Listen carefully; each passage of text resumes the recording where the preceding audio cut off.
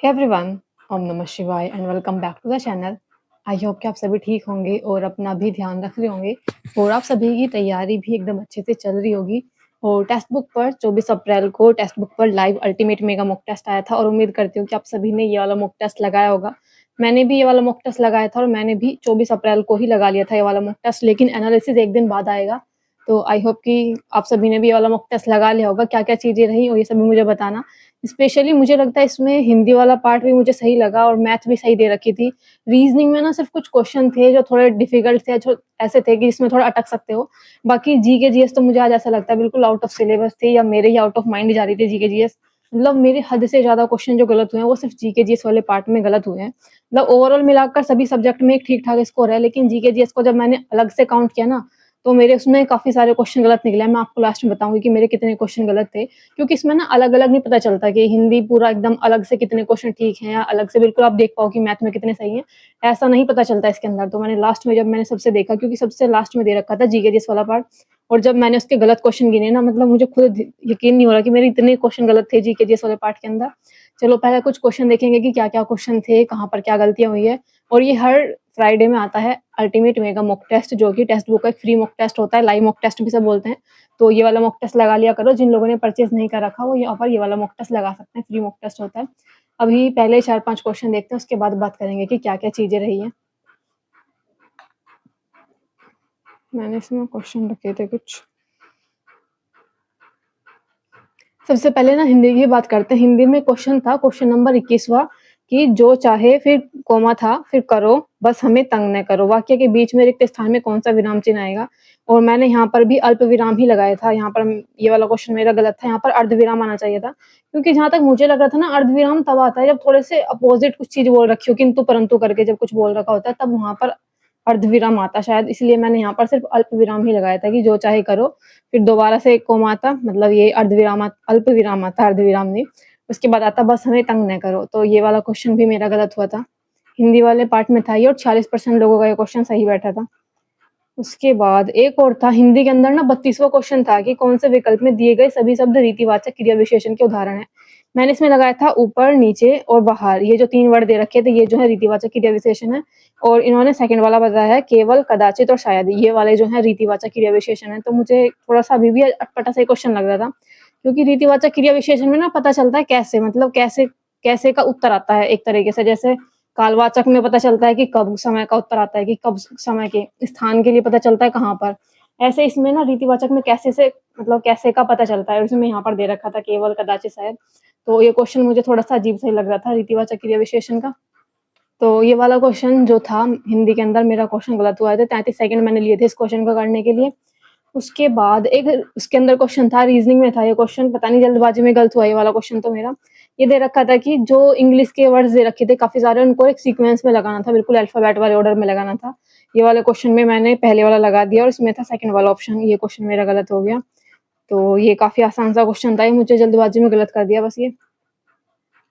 उसके बाद ये कथन तर्क वाले क्वेश्चन तो पता नहीं क्या ही हो रहा है, मतलब सही बैठते ही नहीं है बिल्कुल भी। एक क्वेश्चन था, कथन था कि अगले शैक्षणिक वर्ष से छात्रों के पास विद्यालय त्याग प्रमाण पत्र परीक्षा के लिए गणित और विज्ञान छोड़ने का विकल्प होगा।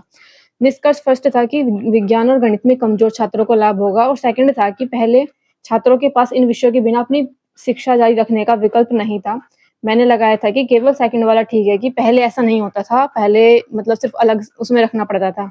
और इन्होंने मानना है कि इसमें दोनों अनुसरण करते हैं, क्योंकि इसमें अब मुझे लगा था कि अब इसमें विज्ञान और गणित में कमजोर छात्रों को लाभ होगा, इसके बारे में कुछ एज़ सच बता नहीं रखा।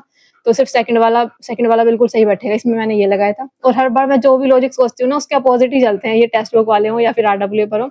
जो ये कथन और निष्कर्ष वाले क्वेश्चन होता है, मैंने सोच लिया जो मैं सोचा करूँगी ना, उसके अपोज़िट में क्वेश्चन में लगाया करूँगी, तभी ठीक बैठेगा। क्योंकि मुझे लग रहा था इस बार कि सेकंड वाला बिल्कुल सही जा रहा है कथन के अकॉर्डिंग, और फर्स्ट वाले के बारे में ऐसा कुछ बता नहीं रखा कुछ ज़्यादा। तो मैंने इसमें केवल सेकंड लगाया था, ये क्वेश्चन मेरा फिर से गलत हुआ। और इसके बाद हाँ, कुछ एक और क्वेश्चन था, ये तो शायद हो गया। मुझे लगता है क्वेश्चन मैंने इतने ही रखे थे। तो ये वाला मतलब क्या ही था ये मॉक टेस्ट में बात करूँ, इससे पहले ना मैंने 1 दिन पहले आप सभी का एक एनालिसिस कराया था टेक्स्ट बुक के जो फुल मॉक टेस्ट है, 15 जो फुल मॉक टेस्ट हैं, उसमें से सेकंड वाला मॉक टेस्ट मैंने लगाया था। स्कोर भी काफ़ी अच्छा था, परसेंटाइल भी काफ़ी सही थी। और जबकि वे वाले मॉक टेस्ट थोड़े से डिफिकल्ट आते हैं। अल्टीमेट मेगा मॉक टेस्ट का अगर आप कंपेयर करोगे और फुल मॉक टेस्ट का कंपेयर करोगे, तो फुल मॉक टेस्ट थोड़े से डिफिकल्ट होते हैं और एडवांस लेवल के जो मॉक टेस्ट है वो उससे भी ज़्यादा डिफिकल्ट है।